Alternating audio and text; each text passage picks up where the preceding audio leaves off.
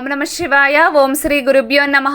ఓం శ్రీ మాత్రే నమః. అందరికీ నమస్కారం అండి. ప్రతిరోజు రాశి ఫలాలు తెలుసుకోవడానికి ప్లీజ్ మన ఛానల్ని సబ్స్క్రైబ్ చేయండి.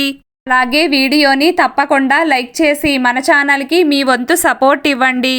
గోచార్య రీత్యా తులారాశి వారు ఎటువంటి శుభ అశుభ ఫలితాలు పొందుతారో తెలుసుకోవాలంటే ఈ వీడియోని స్కిప్ చేయకుండా చివరి వరకు చూడండి.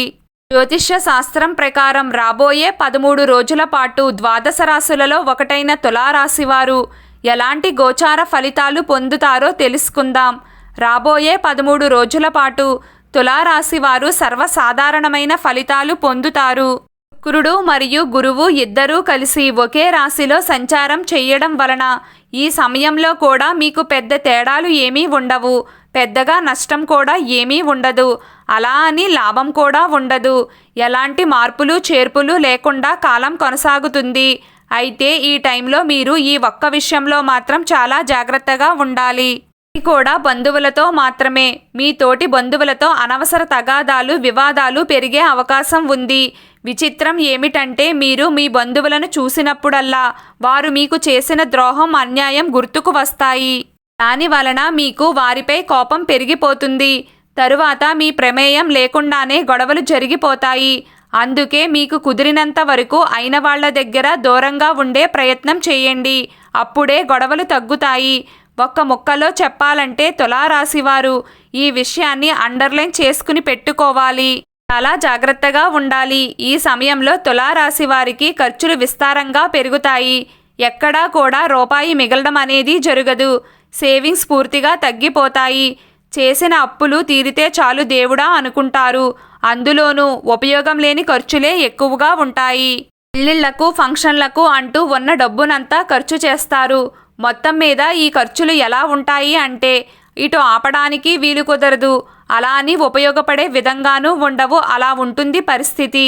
వృత్తిరీత్యా ఉద్యోగస్తులకు పని ఒత్తిడి పెరుగుతుంది. అయితే మీ ఇష్టానుసారంగానే కష్టపడతారు. ఇంకా చెప్పాలంటే ఏదో ఒక విధంగా అనుకున్నది సాధించాలి అనే ఉద్దేశంతో ఎంత కష్టాన్నైనా తట్టుకుని నిలబడతారు. మనస్ఫూర్తిగా స్వీకరిస్తారు. అయినప్పటికీ ఏదో తెలియని ఆందోళన కొనసాగుతూనే ఉంటుంది.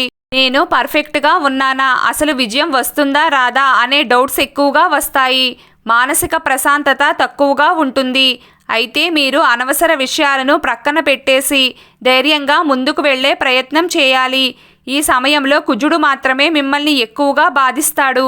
అందుకే మీరు ఆర్థికంగా కుటుంబ పరంగా అలాగే అయిన వాళ్లతో మాట్లాడేటప్పుడు జాగ్రత్తగా ఉండాలి. తులారాశి వారు ఈ సమయంలో ఇల్లు కొనుక్కోవాలని కారు కొనుక్కోవాలనే ఆలోచన చేస్తారు. సమాజంలో మీకంటూ ఒక గుర్తింపు రావాలని ప్రయత్నాలు చేస్తారు. మీరు చేసే ప్రయత్నాలు కూడా ఫలప్రదం అవుతాయి.